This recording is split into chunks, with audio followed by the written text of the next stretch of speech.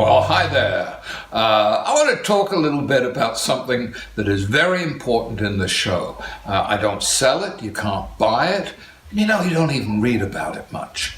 It's something that Ken Brook taught me when I was his student. He was my mentor during the 60s, and he really prepared me to make a living doing my magic. And he used to be very, very good about teaching the tricks, but he always came back to one little thing. He'd say, "Nicky, don't forget the linkage. It's the linkage that makes it work." And that what he meant by that is the material that goes between the tricks. And one of the things that you'll find if you watch someone who isn't used to performing that often is that they tend to do one trick, it finishes, there's a gap, then they start another trick. And that little gap in the middle, well, the real pros, the guys who work an awful lot, and gosh, I've been one of those for years.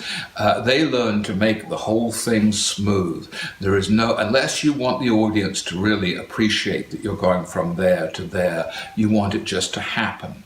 And linkage is what you do to make it happen. Sometimes it's a joke. Sometimes it's a bit of business. Sometimes it's a prop. It might be a piece of gag magic, just something that's a funny visual item. But whatever it is, it's designed just to keep that show moving smoothly. And it is the mark between being a fully seasoned pro and being a very gifted hobbyist who doesn't have enough time to work on those details. So I would suggest that you spend as much time thinking about what goes on between those tricks. When you're rehearsing, it's very easy to rehearse a trick. It's, I've got it, I've got the patter, I finished it, it looks great, I videotaped it, oh, it looks good, let me try another one now. But then when you go out in front of the audience, you suddenly discover that your excitement level is built up to this, boom, and then suddenly it goes down to there, and you have to start all over again. So what the goal is to keep that movement going upwards so that at all points in your show, the show is going in an arc that means that you start off strongly and you end up even stronger with no troughs in the middle. And that's what linkage is all about. Ken used to use a watch winder, was one of his favorite little things to do. Just in the middle, he'd wind his watch. But being Ken, it was very funny. He would be winding and you'd hear this big ratcheting of the watch, and he would look like he would, it was just a silly little thing. But it was something that got a laugh between what he was doing. Another thing he used to do, he used to run off stage to somebody in the back of the room just between tricks. This is a good little tip.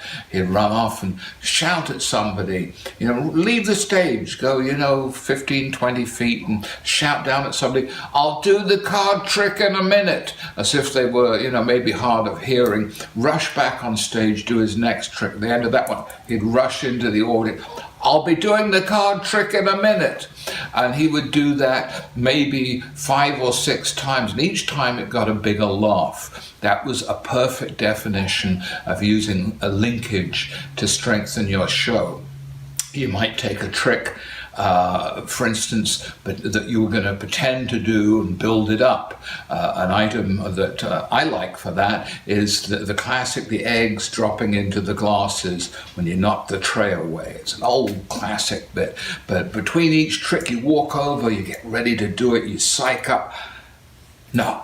And then you go on with another trick. And each time it gets funnier. And when you've done that 4 or 5 times, you've got your linkage throughout the show. But when at the end, shoom, the eggs drop in the glass, you've taken that linkage and you've turned it into a really powerful moment in the show. So just a few words about something that is important and you do not hear talked about enough: linkage.